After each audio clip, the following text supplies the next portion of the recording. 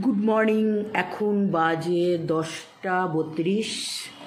তো অনিমেষ ব্রেকফাস্ট করতে এসছে। আজকে মেথি পরোটা করেছি, আর সাদা আলুটা আমার হয় না, কারণ আমি টমেটো দিয়ে দিই, ওটা একটু লাল লালই হয়ে যায়, হলুদ দিইনি। তো আজকে তো আমাদের নখ কাটা আছে, 12টায় নাপিত আসবে বলেছে। তো ময়দা তো আমার আলাদা করে মাখাই আছে। অনিমেষকে বললাম ভাত খাবে না পরোটা খাবে, ও তো ভাত খাওয়ার অত না, কী খাবে, পরোটাই খাবে। হ্যাঁ, কালকেও তো নিরামিষ, কালকে শ্রাদ্ধ আছে, কালকে তাহলে লুচি করবো, লুচি ছোলার ডাল করবো কালকে। নারকোলও আছে ঘরে, ওই নারকোলটা কাটবে, অনেক দিন হয়ে গেল। তো আচ্ছা, তুমি কি জানো এই যে অনিমেষকে যতই তুমি এখানে দেবে, এখানে প্লেটে নিয়ে নেবে, বলে আমার এখানে খেতে সুবিধা হয়, আমি ঝোলটা দিয়ে খাই, হেন তেন বলে। যাই হোক, যার যেটা রুচি, যার যেটা স্বভাব, সে সেটাই করবে। আচ্ছা, এবার বলি, তুমি কি জানো কেন কার্তিক ঠাকুর আইবুড়ো, বিয়ে হয়নি? একটু পেপার থেকে মুখটা তুলে আমার কথার উত্তর দেবে। আমি জানি না, আমি জানো না? কার্তিক বাঁশবেড়িয়ায় 10 বছর ছিলে, কার্তিক পুজো কেন হয় জানো না? বউ জোটেনি, রয়েছে। বউ জোটেনি? শোনো তাহলে আসল ঘটনা, আমিও এটা আজকে জানলাম, তাই জন্য তোমায় বলছি, বা সবাই যারা জানে না তাদেরকে বলছি। কার্তিক ঠাকুর যখন বিয়ে করতে যায়, তখন মা দুর্গা দেখছে এক থালা ভাত নিয়ে, প্রচুর মানে ভাত ফাত নিয়ে খাওয়া নিয়ে বসেছে। তখন বলছে, মা আমি বিয়ে করতে যাচ্ছি, আর তুমি এত থালা ভাত নিয়ে খাচ্ছ কেন? বলছে, আর যদি আমার কপালে ভাত না জোটে। এই কথাটা শোনার পর কার্তিক বিয়েটা ক্যান্সেল করে দিল। এবার তখন বললো, তাহলে যে ওর বরযাত্রী, তাহলে কি হবে? বরযাত্রীদের কী হবে? বলছে বরযাত্রীদের খাওয়ানো হবে।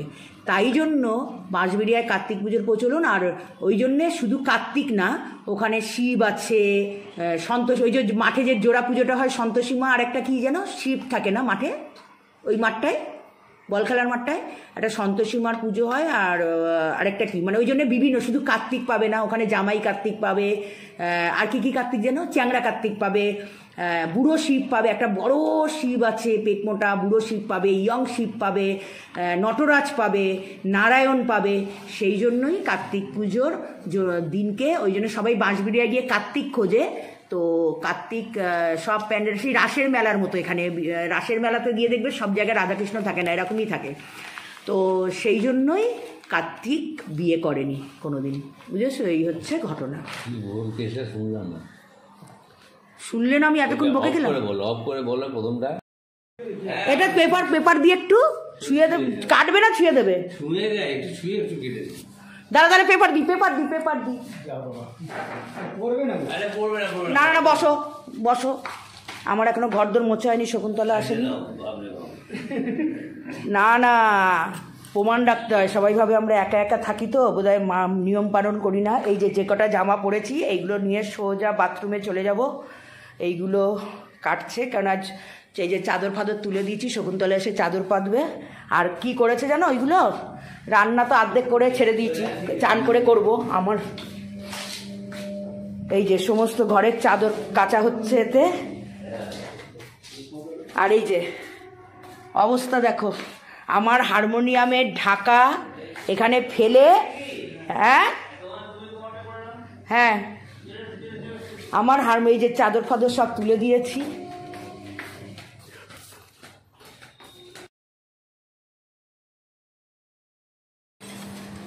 চলো, সব স্নান কাচাকুচি হয়ে গেল। তারপরে অর্ধেক কাজ করতে করতে চলে গেছিলাম। এবেলা হচ্ছে লাঞ্চে হচ্ছে ফুলকপির তরকারি। আর কেননা ভাতটা খেতে পারবো না, আমার শ্বশুরবাড়ির অনেক নিয়ম আছে। কী নিয়ম না, কাকারা যদি ভাত যতক্ষণ না বসাবে, ওখানে হাঁড়ি যতক্ষণ না চড়বে, আমরা নাকি ভাত খেতে পারবো না।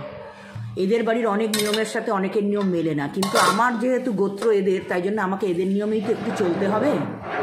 তাই জন্য দেখেছো, এই যে তুমি এই যে এরমভাবে দাও, বাটিতে দাও না, কি করবে তুমি নিজে ওরম করে খাও বলে ওরম করে দাও, দিয়ে দাও হাতে। নাও, হাতে নিয়ে গরমটা খাওয়া যায়, এখানে দাও। চৌকো পরোটা। আমি একটু আটা বেশি দিই, কেননা ময়দা শরীরের জন্য সবার খারাপ, ময়দাটা পুরোটাই খারাপ, ওই জন্য ময়দা কম, আটা বেশি দিয়ে করি। তো হ্যাঁ, আটা দেখি, তোরা তো আরও বেশি। আর আমি একজন মারোয়াড়ির বাড়ি গেছিলাম, যে সে পুরো আটার লুচি করেছে, কিন্তু সেটা গরম গরম খেতে হবে। আমরা তো তবে একটু ময়দা মেশাই। আটার লুচিও ভালো লাগে, কিন্তু একটু লাগে, এখানে আমার বাড়িতে কেউ খাবে না। জোয়ান দিস তোরা? হ্যাঁ, জোয়ানটা কি গুঁড়ো করে দিস না ডাইরেক্ট দিস? না আমরা মাংরাইল দিই, জোয়ান নেই না। কি? ওই কালো জিরে যে ও কালো জিরেকে কি বলিস? মাংরাইল। ও কালো জিরেও দেয় অনেক। কেন নিমকি করার সময় কালো জিরে দিই তো বলো? আমরা দিই না কালো জিরে নিমকি করার সময়। কালকে না টিভিতে দেখাচ্ছে, বলছিল যে কেন পরোটা ভালো হয় জোয়ান দেয়। আলু পরোটা বলে জোয়ান দিলে? ও আলু বড় জল। তাহলে আজকে বিকেলবেলা ঠাকুরমশাইয়ের বাড়িতে যাব, কেননা তোমার টাইমে ঠাকুরমশাই আসলে আবার দাঁড়িয়ে থাকবে, তুমি কখন মিল থেকে আসবে। তার থেকে ঠাকুরমশাইকে বলে আসবো কি কি দিতে হয় না দিতে হয়, কি করতে হয়। আজকে বিকেলে আমি রেডি থাকবো, তুমি আসবে, ঠাকুরমশাই বাড়ি যাব, তারপরে ভুজিগুলো কিনে আনবো কালকে, কেননা ওটা তো চান করেই দিতে হয়, না খেয়ে দিতে হয় ভুজিটা। সুতরাং ওটা সকাল মিল থেকে একটু বলে আসবে যে আমার এই ব্যাপার আছে, আমি পরে যাব মিলে। তো সকাল মানে তুমি না খেয়ে থাকতে পারবে? সকালবেলা? হ্যাঁ সকালবেলা না, সকালবেলা 6টার সময় দিয়ে যাবো। 6টার সময় দেবে কেন? 9টা 10টার সময়। যত তাড়াতাড়ি দেবো আমি খেতে পারবো। দিয়ে চলে আসবো কতক্ষণ আবার। তারপর যদি ও কিছু করে মন্ত ফন্ত বলে। আর তারপরের দিন তেল হলুদটা নিয়ে যাবো। না তারপরের দিন যাব না, কালকে তেল হলুদটা নিয়ে যাব, পরের দিন তেল হলুদ দিয়ে তবে তো মাছ খেতে পারবো। ঠান্ডা হয়ে গেল, আগে এটা খাও।